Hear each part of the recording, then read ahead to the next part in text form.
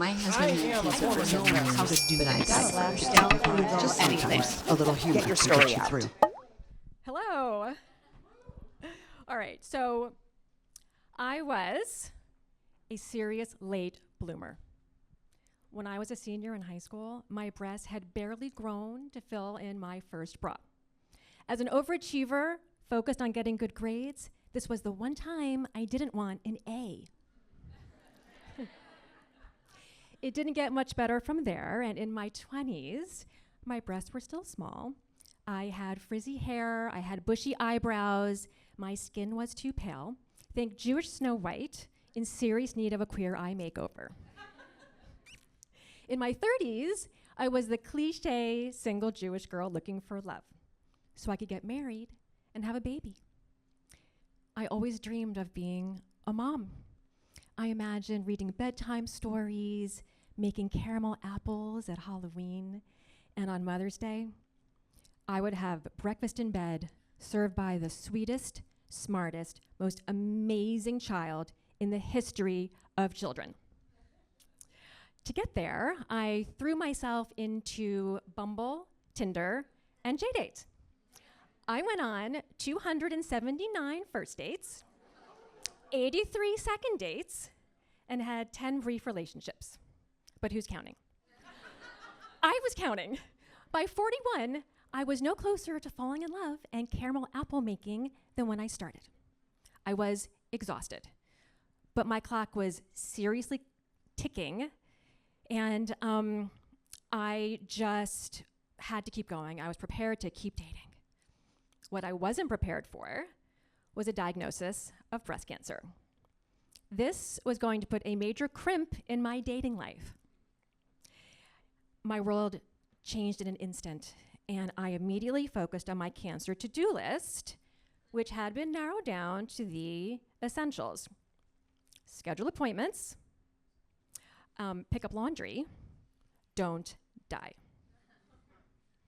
The following weeks were a blur of medical tests and decisions, the biggest one being, do I get a single or double mastectomy?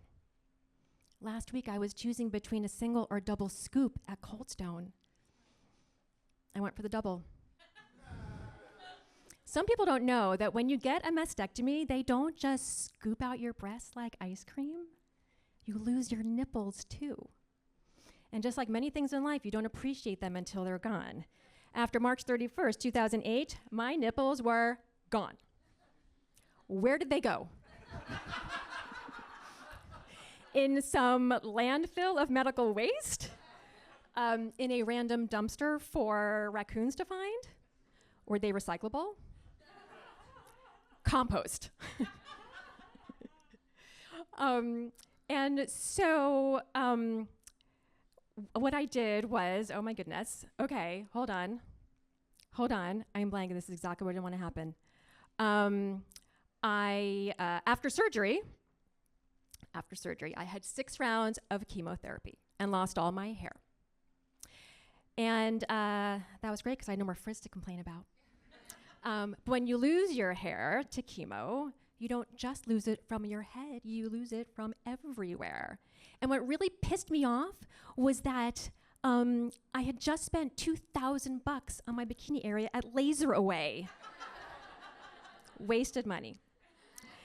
And then the cherry on top of my treatment sundae was 35 rounds of radiation.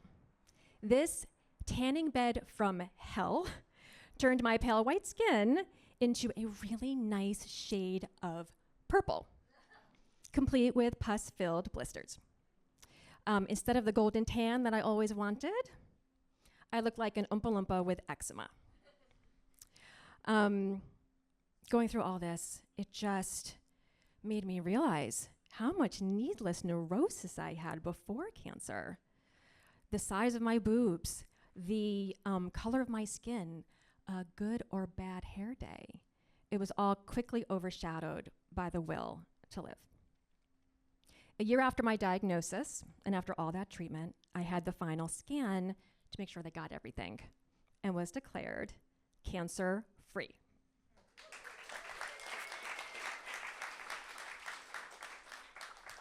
Turns out beating cancer is easier than finding your soulmate in LA. So with a new lease on life, I threw myself back into dating. Only this time, I had this gorgeous silky wig over my bald head, and I had these like amazing eyelash extensions over the stubby lashes that were left from chemo. And I had implants that were perky and were now a size B. I looked kind of hot. Now, who needs Queer Eye? All I needed was a cancer makeover. And while I looked sexy sort of out on the town, when I was home after the shower, looking at my naked reflection in the mirror, no nipples, bald head, forget Snow White. I looked like an alien porn star. Now, with the breast reconstruction, it was a multi-step process, and I would eventually get new nipples, but I had to wait until the spring. So until then, I was plagued with the question, when do I tell a guy I have no nipples? Before the appetizer? After dessert? Maybe I should put it in my dating profile, like sunsets, walks on the beach, nipples coming in April.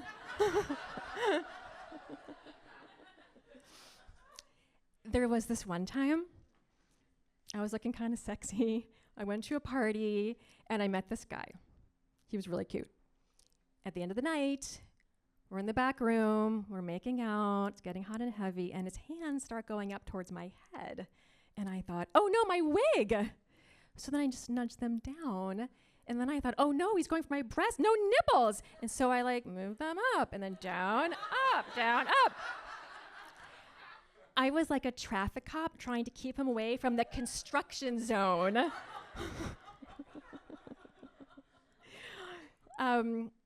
We didn't work out, but not because of my cancer.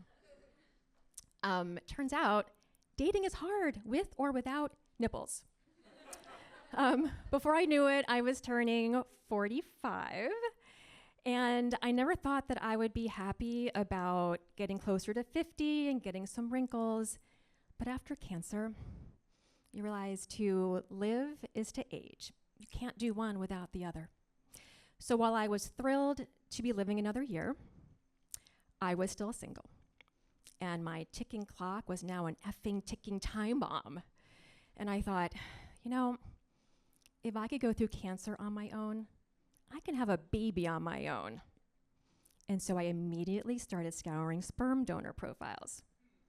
It felt strangely like online dating. In a nanosecond, I went from J-date to cryo-date. My doctor said that the best sperm comes from donors in their 20s. I'd always liked younger men, but now it was doctor's orders. So I assembled Team Baby, which consisted of, because of my age and risk of hormones, I had an sperm donor, egg donor, and a surrogate. The holy trinity of fertility. And on June 15th, 2012, my son Joshua was born.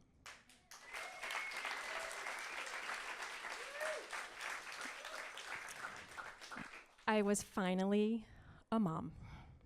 My world changed in an instant, and my life just turned right into diaper changes and sleepless nights and the most delicious toddler snuggles reading bedtime stories.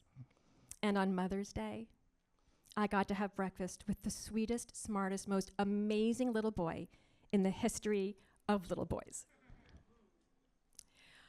When Joshua was in kindergarten, I was invited to a Super Bowl party by a friend that I had met at Mommy and Me.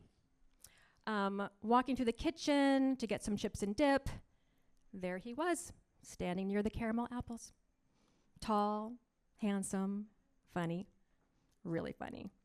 He made me laugh and my heart skipped a beat. At 51, I finally found love.